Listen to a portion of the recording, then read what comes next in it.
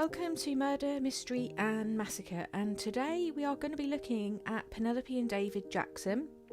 So this case is looking at the murder of David Jackson, who was murdered on the 13th of February 2021, and this was following a row over bubble and squeak during a family meal. They had arranged a Zoom call with their daughter to celebrate Penelope's birthday, and they'd had a posh meal, but Penelope served up bubble and squeak, and this caused the couple to have an argument and fall out, and that is then leading on to then what happened. So obviously, before I get into the case, I'm just going to give you your content warning, because this case will be discussing issues of domestic violence. It looks at mental health.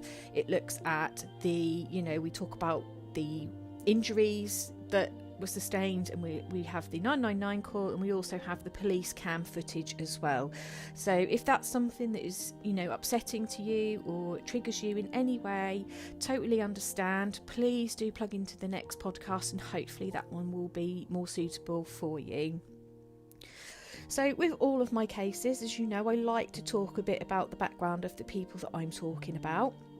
So who is Penelope, and how did Penelope and David come together, and how did they meet, and what brought, how have they lived their lives, and how did they end up where they ended up? So Penelope, she was arrested on the 13th of February for David's murder, as we know, and she was aged 66, so she'd been with David for quite a long time, 24 years in fact, 28 years even, and they had been married 24, so a long time together, and they shared their daughter, although their daughter was fathered by someone else, which I will go into shortly. They lived in Germany, but they did come back to the UK, and they settled here. Penelope had a job as an accountant in the RAF, and she was 18 years old when she first got married. So going all the way back, she had her first two daughters with her first husband, and it was after the children were born that she then reported that she was experienced domestic violence with her first husband. So she escaped, which is quite brave for that time, in that era, because a lot of the times it was kind of, if you got married, you put up, you shut up, and you kind of got on with that. Most people didn't. It was frowned upon, to separate and get a divorce, but she was being mistreated, and she found the strength, and she left that marriage. So she then remarried her second husband. Unfortunately, that marriage came to an end because her second husband came out as gay. And again, back in that era of time, being gay was frowned upon. So a lot of gay men, they would enter into marriages with women. They would go and have children with women, but as times progressed and it was becoming more acceptable, a lot of the men were coming out and divorcing their wives, because they were then becoming true to themselves and then living the lives they wanted to. So again, that was her second marriage, and it was just so unfortunate for her. But she goes on, and she then meets her third husband, and it's with her third husband that she is pregnant with her third daughter, and unfortunately during this marriage is when she came into contact with David, and they started an affair. So obviously this was quite hard for her husband, and this ended up leading to him committing suicide. So he took his own life. He was sadly successful with taking his own life, and Penelope was still pregnant with her daughter Isabel, and David took Isabel on as his own. He raised her as his own daughter from a baby, and she that's all she ever knew was her dad, and he did later officially adopt her also. So David, he had been married twice before, and he was 78 when he was murdered, and he had 2 daughters and a son from his first marriage, and his son was married and was expecting a baby with his wife. And this ties in, and I think it has an effect on what happened here, because his son had an affair, and then he attempted suicide, and sadly he was successful, and he left a note for his dad to say he didn't want to end up being like him.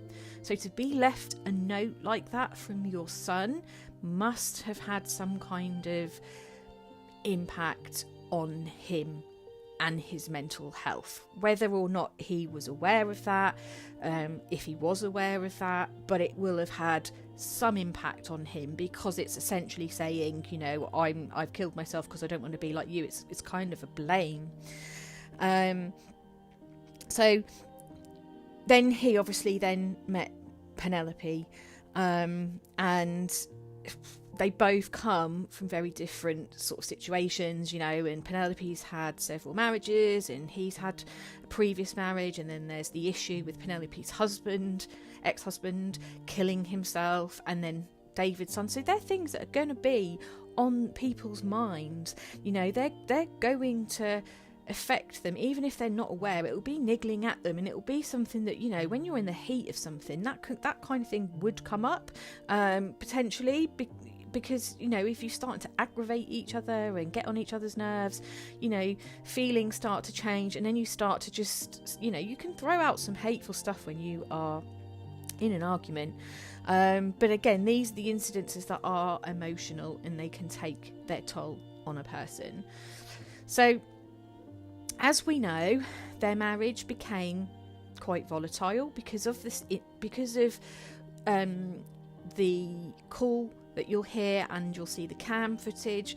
You will see that Penelope says that within their marriage, her and David, that she was also subject to domestic violence with him.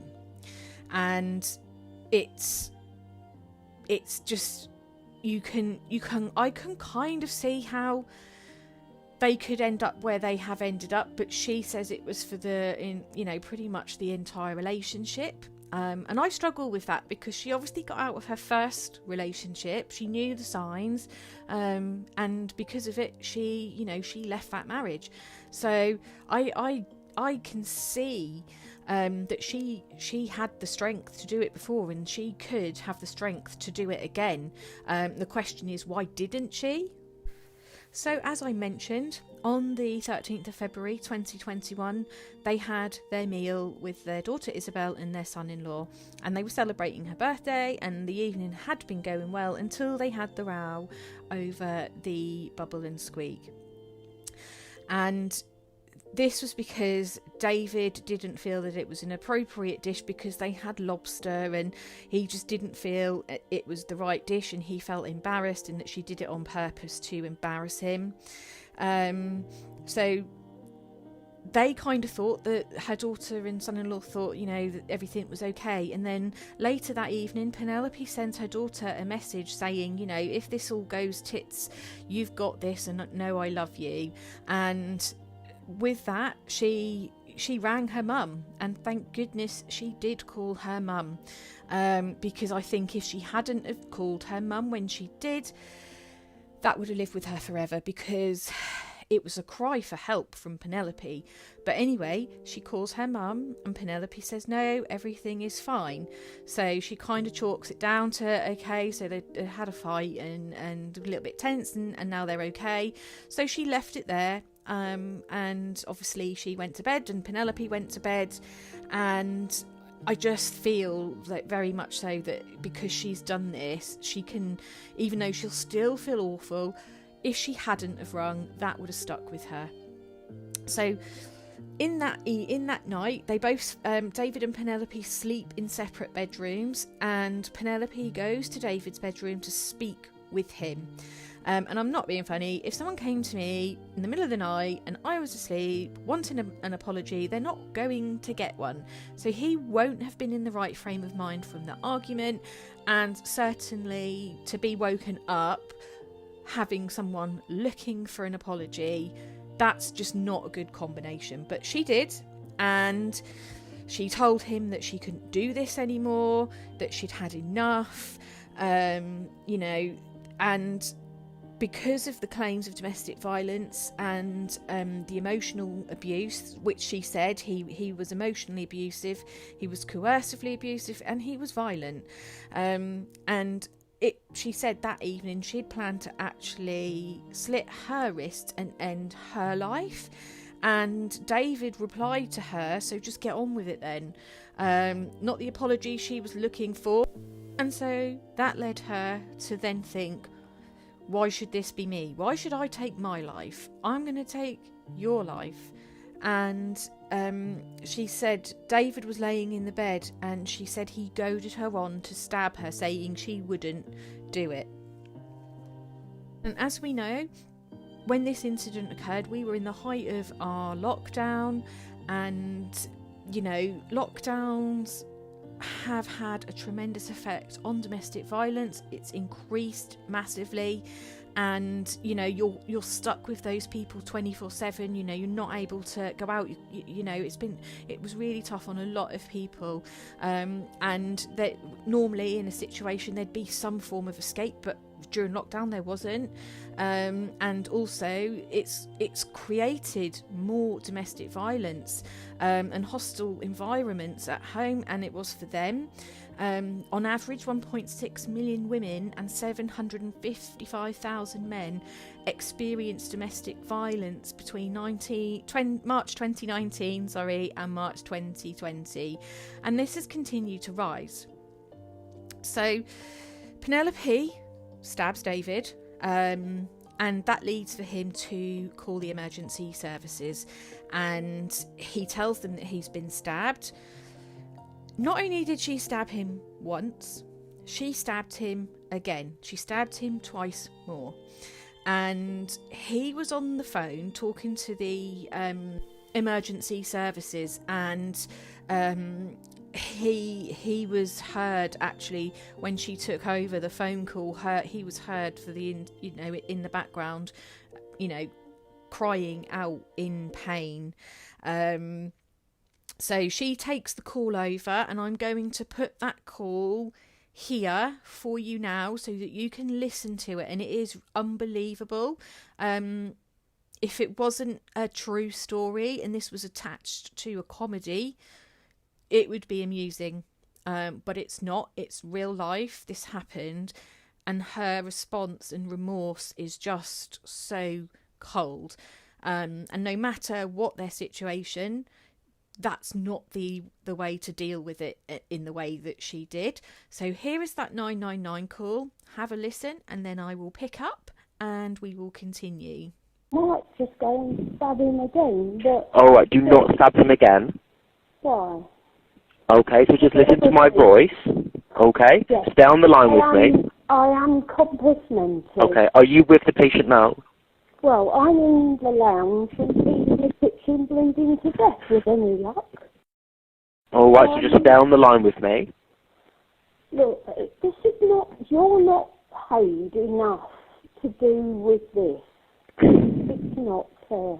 Okay, well, ultimately, madam, I'm listening to your voice, and you're the help I have available, so we need to help him, okay? No, I'm not.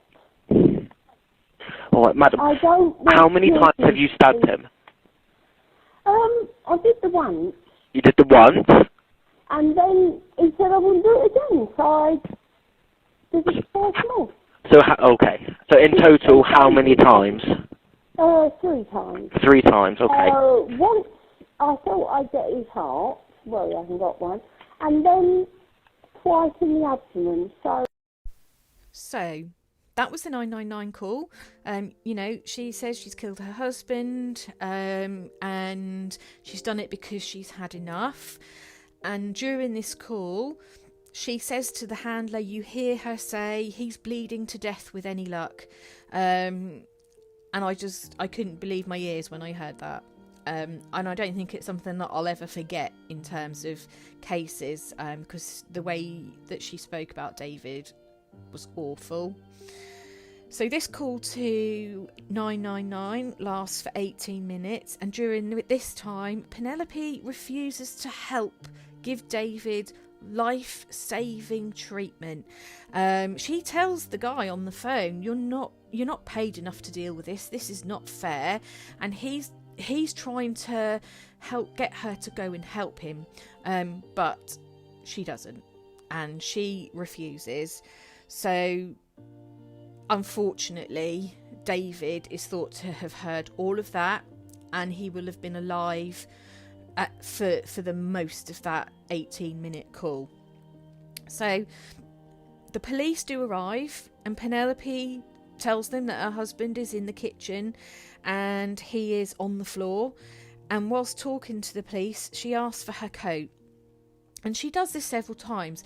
She's cold, and there's something about the fact that she's focusing on this coat, because there is her husband laying on the floor, potentially dead, deceased, and she's done that, but she's cold and she wants her coat. And that could be because she's in shock. It could be that she's genuinely meaning what she's feeling, and she's thinking of herself now, and she's cold, she needs her coat. And it just brought up several times, and I just find that interesting, because obviously she was in her pyjamas, and she has been known as the pyjama killer in the headlines. So, but you can see she's just concerned with herself right now, and that she's cold, and not the fact that David is on the floor, and you can hear from the call she's got no intention of wanting him to come out of this alive. So that was just of an interest to me. So I'm going to pop the footage here for you of the police camera from their uniforms that they wear, and it is quite a good thing that they do this now, because it gives us an insight into what happens, and they often release it into the public domain so that we can see it. And again, mind-blowing when you see her response to the police, and she doesn't think about what she's saying, and you can hear the police advising her to stop talking, and she doesn't. And just the things, cold, callous things that she says about what she's done and why she's done it, you can't believe it when you hear it. I certainly couldn't. And again, this footage and some of the things that she says sticks in my mind. So here is that video. Hey madam, do you want to just step outside for me a minute? Can you come outside? Yes. Thank you. He's on the kitchen floor. Okay, at this moment in time, okay, if you just listen to my colleague. Under arrest suspicion of attempt murder, mate. Under arrest with suspicion of attempt murder.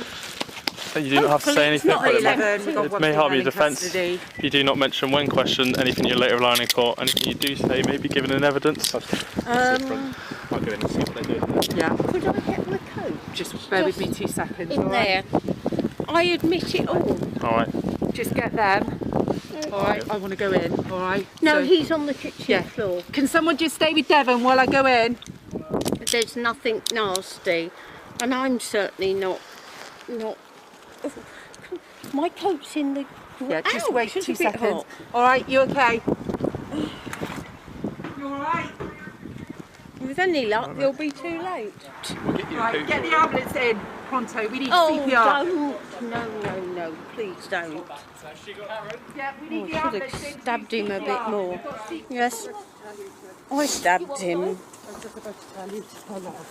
once. Because he's a... No, I'm going to send them on out.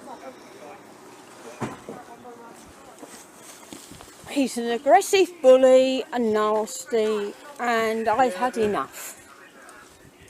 And when he said you wouldn't do it, I did it twice more.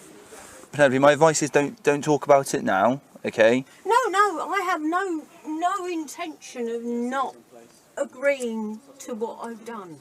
Okay. I know what I've done. All right. And I know why I've done it. And if I haven't done it properly, I'm really annoyed. I'm further arresting you for murder. Oh, good.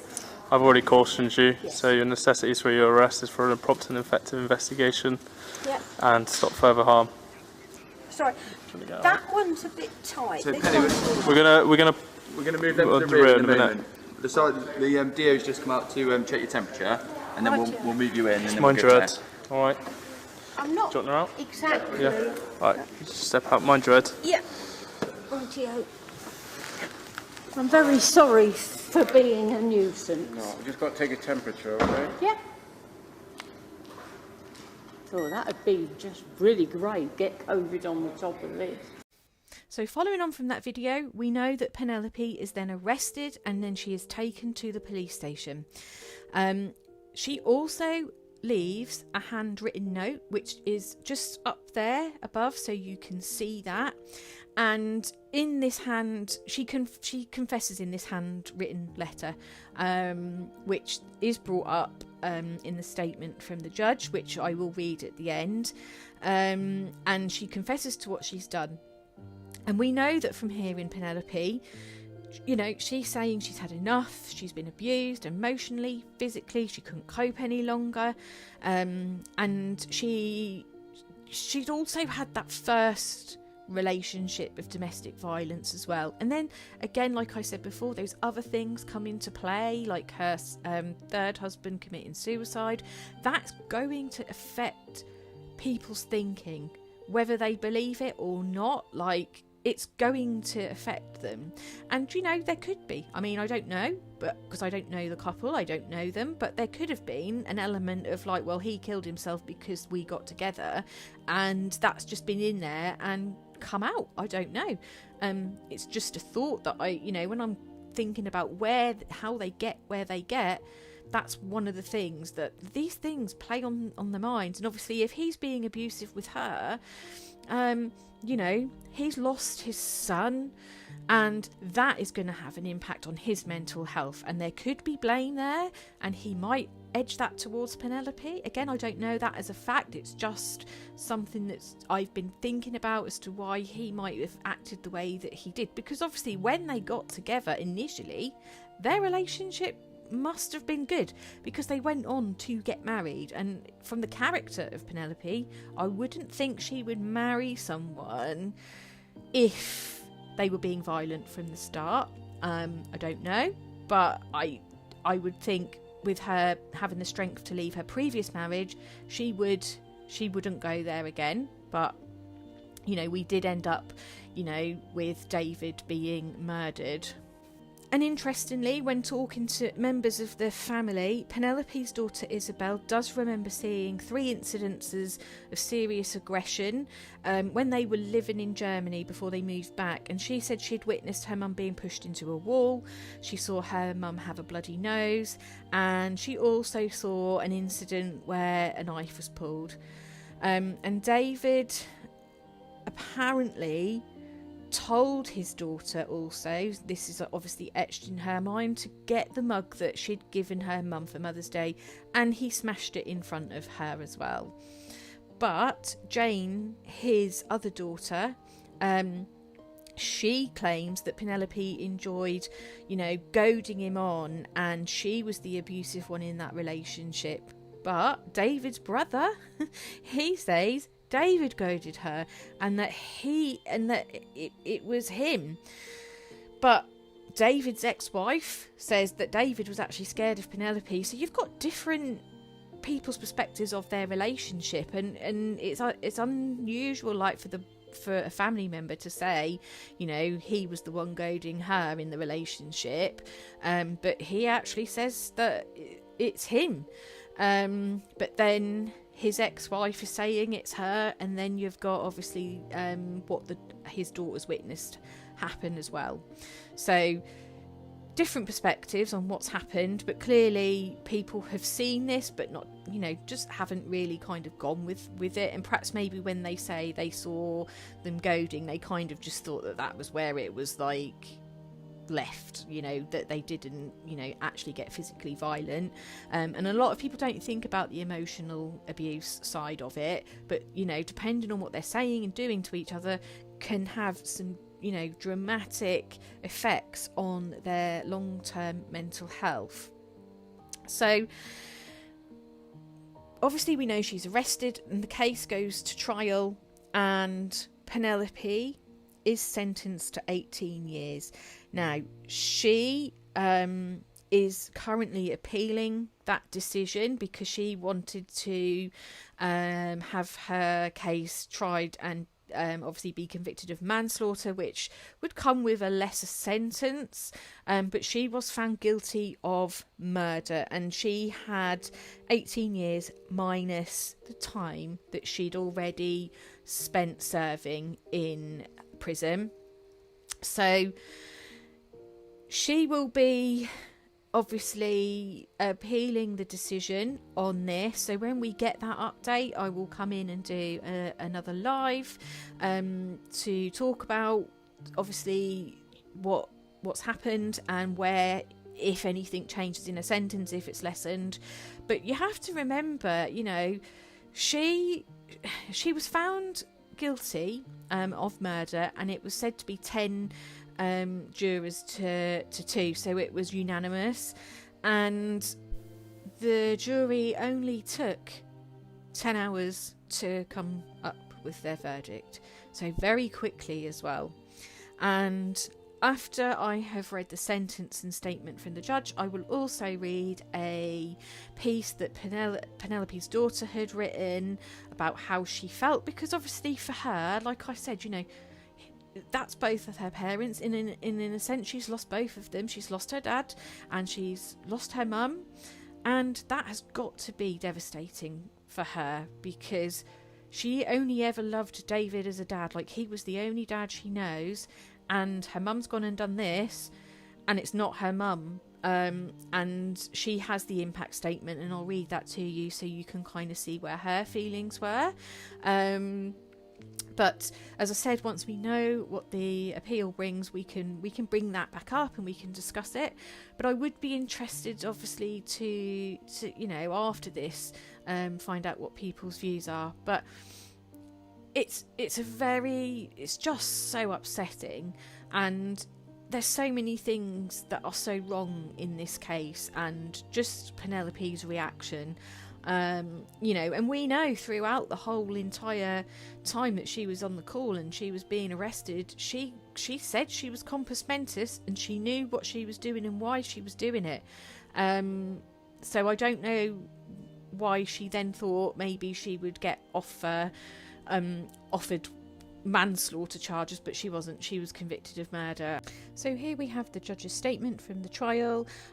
We also have Penelope's daughter's impact statement, victim impact statement, and the statement from the Centre of Women's Justice. So this is the final statement from the judge at the court, and he says, David Jackson was 78 years when you murdered him. He was kind, gentle and a caring man. He was a loving father and a grandfather who'd battled through some serious illnesses. And these serious illnesses, there was one occasion where that he'd got some electronic device and it wasn't working properly, and he actually had episodes of violent behaviour, and he went and got help for that. So is that something that could have been a factor again? Like, could the device that he had malfunction, but he just didn't get the help this time? But it was said that his behaviour actually improved as a result of getting the problem fixed. So, you know, before he was previously, you know, prepared to try and get things sorted and make things work. So he was on his well-earned retirement. He'd spent many years serving his country in the armed forces. He had plans for the year ahead, and no doubt plans for well beyond. You know, they both loved to travel. They had a nice life. They could have had a nice life, or they could have separated and still had a nice life. All that was brought to an end on the 13th of February when you chose to stab him to death. That was a vindictive and cruel act on your part. I have no doubt whatsoever you wrote the confession note in advance of inflicting that first wound to his chest. I have no doubt you were aiming for his heart. As he was on the telephone speaking to 999, you stabbed him twice more. You chose to stab him in the abdomen because you wanted to ensure that he would die. The confession that you wrote was composed in anticipation of achieving that end. I have no doubt that you intended to kill your husband and that it was premeditated, and that is your own confession. And actually, with the incident on the phone, and she says that he was goading her to stab him. But actually, the 999 call handler reports that he was screaming in agony, and that it wouldn't be possible for him to have been going, "Oh, you haven't done it properly," and then she stabs him twice more, because he was in absolute agony. I don't think that he would have been looking for her to have done it the right way before. It's just, it doesn't make sense. So I tend to agree that she just did it, because if he was screaming in agony, he wouldn't have goaded her. He wouldn't have been able to. So your own confession recognises the fact, as suggested, that there was some premeditation or self-defence, and he says your actions had nothing to do with the latter concept. Having inflicted fatal injuries, you spent 18 minutes talking to the emergency services, which we touched on, during which time you refused their pleas to go and help David Jackson. And he was alive for most of that 18-minute period, and he will have heard what you were saying. And at one stage, in response to an inquiry as to whether he was still alert, you were mocking him.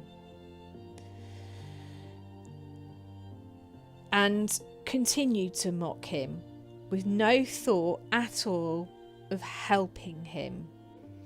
During your 4 days giving evidence, I did not detect a shred of genuine remorse on your part for the terrible crime that you committed. I have heard a moving victim personal testimony that underlines the enormous damage that you have done. The loss to those who love David Jackson is deep and irreparable. The evidence from Isabel Potterton exemplifies the conflict those who care for you feel in the context of the loss that you have caused them, and the sentence that I have to impose can do nothing to bring an end to their grieving. Your age, good character and lifetime of service has an accountant of the Ministry of Defence, and I take this into full account. The sentence for murder is life imprisonment, and I have to set a minimum term applying Schedule 21 of the Sentencing Code, and the starting point of reference is 15 years. The aggravating features that I've outlined require a significant upward movement, but that must be tempered to a degree to reflect the available mitigation. So in my judgment, the minimum term that you must serve in prison is 18 years, less the days you've spent already, which is 256 days. That term represents the minimum period you'll be required to serve after it is served, and there is no guarantee that you'll be released at any time or any time after. It will then be for the parole board to decide if you are fit to be released, and you must also understand that if and when you are released, you will remain the subject to licence for the rest of your life, and you may therefore be liable to be recalled. Then the statutory surcharge will be added to the record. So after the verdict, Mr. and Mrs. Jackson's daughter, Isabel, released the following statement, and she said, "On the 13th of February, my whole world fell to my feet. From the moment the police knocked on the door and told us what had happened, not only had I lost my dad, but I've lost my mum too. My life was changed forever. I have dealt with the looks of pity and people contacting for the gossip. I have dealt with people asking me inappropriate questions, and I've done all of this because I've had to. I've had to be strong for Dad, and I have to be strong for Mum.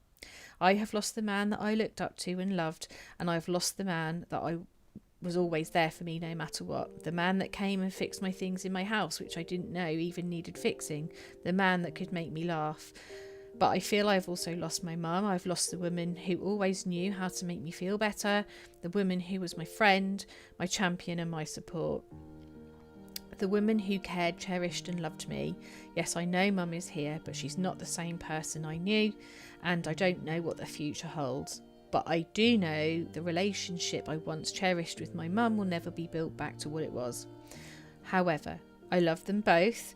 I always have and I always will. I would finally like to thank family and friends who have supported us over the past 8 months, especially my husband, who has been my rock, and I don't believe will ever come to terms with what has happened, but would sincerely ask for our privacy and be respected as we seek to move forward with our lives. So that's quite a moving statement from her daughter. So as you can see, you know, the judge has given his reasons and he has doubts on some of her, you know, defence that she's brought to the table, you know, and he points out that she was careless and, you know, she mocked David, and we see that in the video that I showed you. There was no remorse. There was not one point when she said, actually, I need to step back here and I need to go and help him. Actually, what I've done is wrong. That there isn't that there. And then that remorse comes a bit later on. But even still, you know, we know in the video she was like, I'm compos mentis. I know I've done it and I know why. And then, you know, she says there's that bit of remorse that she loved him. And the judge doubts that. So she's got 18 years. So do you, you know, now we're wrapping this case up, do you think this is appropriate?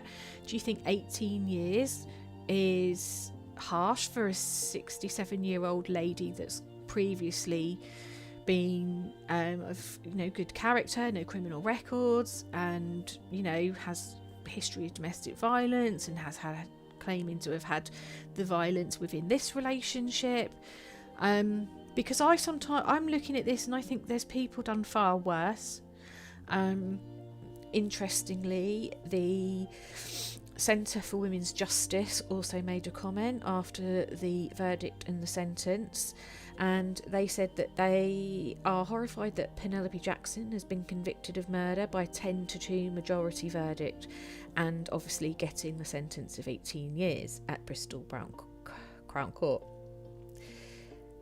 As the evidence has revealed, Penelope was a victim of sustained coercive control in her 28-year relationship with the deceased. Evidence was heard before the court, and I'd forgotten about this, but he'd also insisted that she'd got a tattoo on her bottom saying that she was the property of the deceased, to stop him being jealous and possessive. And like most victims of coercive control, she didn't see that she was the victim until the offence, when she escaped his abuse and control. And this is a classic case of slow build up fear and anger arising from controlling behaviour, which becomes more unbearable because she became trapped with him during lockdown, which we touched on, and how lockdown has affected domestic abuse cases and you know, abuse to children. You know, it's inevitable, people are stuck with that person, and for her it led her to, you know, lose complete control and stab the man she'd been married to, and obviously the father of her daughter. And they point out, like we said, you know, her age is 66, she's of good character, she won't be released or eligible to be released until she's 84, and although there's nothing else to suggest that she represents a risk to anyone else.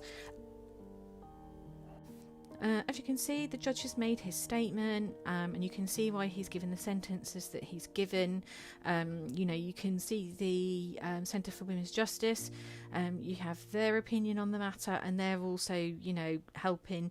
They're going to fight the cause for the appeal. And then obviously Isabel's statement regarding her parents, which is really, really sad. And I just hope that, you know, she can find her way, and not having her parents with her. Obviously, she still loves her mum. And I don't know, I think there may, you know, potentially there'll be some relationship there, but she's not the mum that she knew. I hope you found this case interesting. As with all the cases, you know, there is no intention to offend or upset anyone involved with the case. It's just information that I have sourced from the internet, just to, you know, for research purposes and discussion, as a video to load on my channel. So I hope you all have a great day. Bye.